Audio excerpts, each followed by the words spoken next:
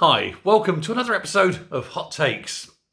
Now, as many people know, Edinburgh is already one of the most expensive cities in the whole of Britain to live in. It's certainly the most expensive city in Scotland. One of the reasons is housing costs. There is a massive shortfall of rental properties, which means that those that do hit the market are, well, fantastically expensive because the landlords can charge more or less what they want. And this has caused a problem. The local council don't like the fact that landlords have got the upper hand because of the shortfall of council properties and the shortfall of private rental properties and the shortfall of social rental properties. You see, there's far too many people, not enough homes. This, of course, always leads to a shortage. And when there's a scarcity, the laws of supply and demand kick in. And of course, the price goes up. That's how it is. That's how it is with every single resource available. Scarcity leads to price increases. It's the way of the world.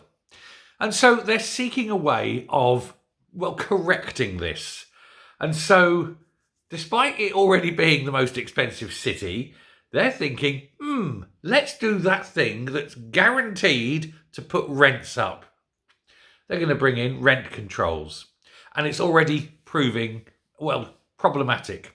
There are rental groups that are saying it's not legal to bring in rent controls on an individual city because it's disparaging or it's disparate from the law of the land and so forth. And so it's going to encourage people to move out of the city or whatever, away from families. It's going to slow down social house building, because once you get rent controls in, then the return on investment drops. And so the companies that build these houses aren't overly keen on investing their money for a smaller and shorter return. Instead of taking, say, 15 years return through rent, it'll take 30 years. Well, they haven't got that capital all the time. They don't want to do it.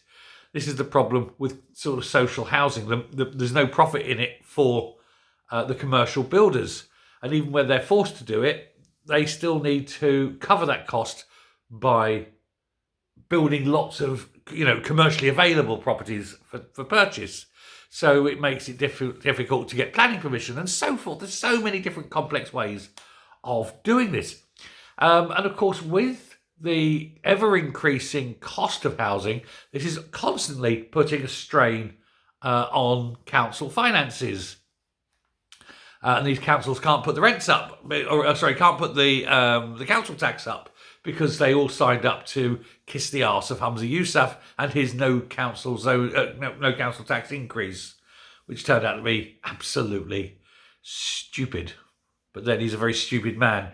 But they are pressing ahead with this council housing bill, and they are saying that private landlords will be included. They will not be allowed to put rents up. Or there'll be very limited rent increases, that sort of thing, regardless of the expense of the costs. So as maintenance costs increase, insurance costs increase and so forth, the landlords won't be able to reflect that in the rents necessarily. Now, again, this is another one of those pressures on landlords that isn't really needed at a time when you need more landlords. Since the councils and the social housing groups aren't building houses, the only way you can get people into houses is the private rental sector. Why are they going out of their way to destroy it? I have no idea. But Edinburgh City Council has this, what can be called, what they're describing as an acute housing shortage, which everyone else is describing as a housing emergency. But they don't like to call it that because, it's embarrassing for them, I suppose. And they are sort of pushing this through effectively. Now, officials within the council are warning the SNP members that this is a bad idea.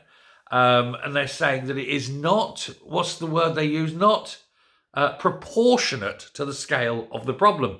What it will do is actually make matters worse. Finally, the officials are waking up to the realities of the housing crisis.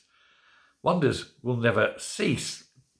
And there's been a financial memorandum, which is basically they're getting the people who know, the stakeholders, the experts, talking about the effects of what they're proposing will be in real terms, in monetary terms. And they sort of do initial assessments. They do backup. They look to see how it will affect the rental take, what it will do to the numbers of rental, of private rentals and things like this. And it's going to cost, on average, £21,500 each for the authority, for each house, over the course of however many years they're doing, 5 years, something like that. So it's an immense cost. And they don't know how they're going to deal with it. Because if you're taking this money out of landlords' hands, landlords will just simply sell up and invest the money in the stock market. Here's a little hint, kids. Now's the time to buy. The stock market all around the world had a little hit. And the stocks have fallen. They're starting to pull back. But if you've got any cash, don't buy in the stock market today. Honestly, make your money. Now, these funds have to be met. They can't put council tax up this year. That means other things have to go up. So parking fees go up, council rents go up, all sorts of things will have to go up, or services cut, just to ensure there's enough housing.